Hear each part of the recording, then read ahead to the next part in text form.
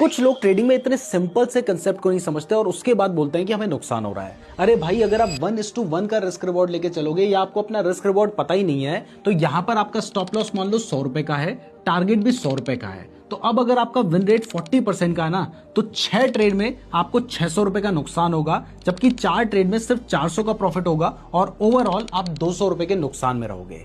लेकिन वहीं अगर आपने ये जो रिस्क टू रिवॉर्ड है इसको 1:2 कर दिया तो अब आपका जो स्टॉप लॉस है वो 100 रुपए का ही है, लेकिन आप सिर्फ वही ट्रेड लेंगे जिसमें आपका जो टारगेट होगा वो 200 रुपए का होगा। तो अब भी अगर विन रेट 40% ही है, यानी सेम स्ट्रेटजी यूज कर रहे हो, तो आपको लॉस 6 ट्रेड में होता है, 600 रुपए गए। लेकिन जिन 4 ट्रेड में आपको प्रॉफिट होगा, वो जो प्रॉफिट होगा वो 200 रुपए का है, तो ओवरऑल 800 रुपए का प्रॉफिट हो जाएगा और अब आप 200 रुपए के लॉस से 200 के प्रॉफिट में आ जाएंगे।